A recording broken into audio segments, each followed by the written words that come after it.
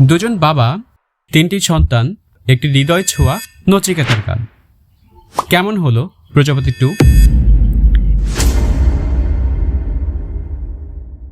এই যে লোকটি গৌর চক্রবর্তী, তার একটি 8 পৌরে ভাতের হোটেল আছে এবং তার 3টি সন্তান। বড় মেয়ের বিয়ে হয়ে গেছে গানের মাস্টারের সাথে, আরেকটি সন্তান লন্ডনে থাকে, আর ছোট সন্তান এই যে। এখন বলবেন বিল্ডিং আবার সন্তান হয় নাকি? তাহলে গৌর চক্রবর্তীর কাছ থেকেই শুনুন।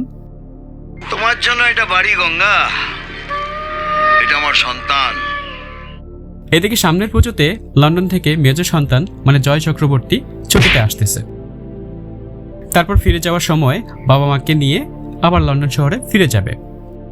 কিন্তু গৌর চক্রবর্তী লন্ডনে যেতে চান না। শেষ বয়সে কেন সেই করে টান ভুলে গিয়ে বিদেশ হয়ে চলে যাবেন? বরং তার নিউরন জুড়ে একটাই দুশ্চিন্তা, ছেলের একটা বিয়ে দিতেই হবে। কিন্তু জয় বিয়ে করতে চায় না, কারণ জয় একজন সিঙ্গেল ফাদার। ওর একটি মেয়ে আছে, মেয়েটি লন্ডন শহরের স্কুলে পড়ে। সে পিচ্চি কিন্তু মিষ্টি মেয়েটি ইংলিশে স্মার্টলি কথা বলে, কিন্তু বাংলায় আদো আদো ভাষায় কথা বলে। এদিকে জয় লন্ডন শহরের একটি রেস্টুরেন্টের নামে দামি শেফ। তার স্বপ্ন সে একদিন লন্ডন শহরের মতো জায়গায় একটি রেস্টুরেন্টের মালিক হবে। তবে আপাতত যে রেস্টুরেন্টে চাকরি করে সেই রেস্টুরেন্টে তার কলিগ হচ্ছে চতুর্মী কুণ্ডু, এবং সেই রেস্টুরেন্টের সিনিয়র শেফ হলো সাকিব আল হাসান। সাকিবুল হাসান ঝন্টু। একটা বিরক্তিকর ক্যারেক্টার। সে বাংলাদেশি দেখে আরও বেশি বিরক্তিকর লেগেছে।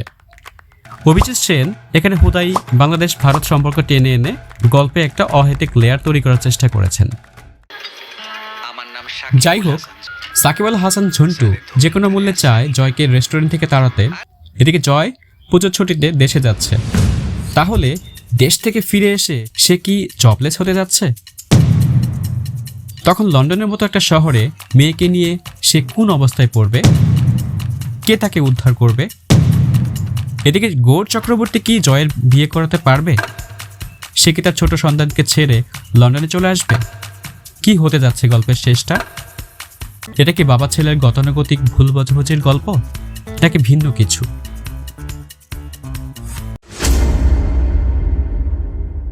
মূলত মুভিতে একটি সেন্ট্রাল ক্যারেক্টার কেন্দ্রিক গৌর চক্রবর্তী, আর সাইড ক্যারেক্টার হিসেবে আছে জয় চক্রবর্তী। এই দুটি চরিত্রে মিঠুন চক্রবর্তী আর দেবের কেমিস্ট্রি এখানে এক্সট্রা প্রো লেভেলের, অসাধারণ। মিঠুন চক্রবর্তী গৌর চক্রবর্তী চরিত্রের লেয়ারগুলো এত অসাধারণভাবে ফুটিয়ে তুলেছেন যে আপনার চোখে কখন জল চলে আসবে আপনি বুঝতেও পারবেন না। তুই যদি তোর মেয়ের জন্য সবকিছু করতে পারিস, তাহলে আমিও আমার ছেলের জন্য সবকিছু করতে পারবো। দেব জয় চরিত্রে বেশ ভালো ম্যাচিউর পারফরমেন্স দিয়েছেন। জ্যোতির্ময়ী কুণ্ডুকে দেখে বেশ ভালো লেগেছে। প্রিন্সের পর তাকে এই প্রজাপতি 2-তে দেখলাম। এছাড়া শকুন্তলা বড়ুয়া, অপরাজিতা আঢ্য, খরাজ মুখার্জি, কাঞ্চন মল্লিকরা তাদের চরিত্রে ন্যাচারাল ছিলেন।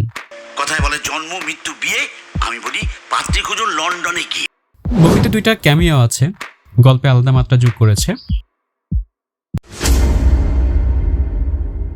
প্রধান মুভির সাকসেসের পর প্রধান মুভির পুরো টিম 2024 সালের শুরুর দিকে নতুন একটি গল্প নিয়ে কাজ শুরু করেছিলেন। শুরুতে যার নাম ছিল প্রতীক্ষা, কিন্তু নানা কারণে মুভিটির স্ক্রিপ্টিং ও শুটিং শেষ হতে দেরি হয়ে গিয়েছিল। এর মধ্যে দেবের খাদান মুভিটি রিলিজ পেয়ে যায়। তারপর গত বছর ডিসেম্বরে রিলিজ পায় এই প্রতীক্ষা মুভিটি। তখন নাম দেওয়া হয় প্রজাপতি 2। অভিজিৎ সেন বাবা ছেলের ও বাবা মেয়ের এই সম্পর্কগুলো টানাপোড়েন খুব সুন্দরভাবে, খুব সহজভাবে ফুটিয়ে তুলেছেন। একঘেয়ে ড্রামা না করে ছোট ছোট হিউমার ও টুইস্ট দিয়ে গল্পকে এগিয়ে নিয়ে গিয়েছেন, যা আপনাকে শেষ পর্যন্ত বসিয়ে রাখবে। এদিকে সিনেমার প্রাণ হলো এর ইমোশনাল মোমেন্ট। এই ইমোশনাল মোমেন্টগুলোতে গান ও ব্যাকগ্রাউন্ড মিউজিক দুর্দান্ত একটা ইম্প্যাক্ট ফেলেছে। বিশেষ করে নচিকেতার একটি গান গল্পের গভীরতাকে 100 গুণ বাড়িয়ে দিয়েছে।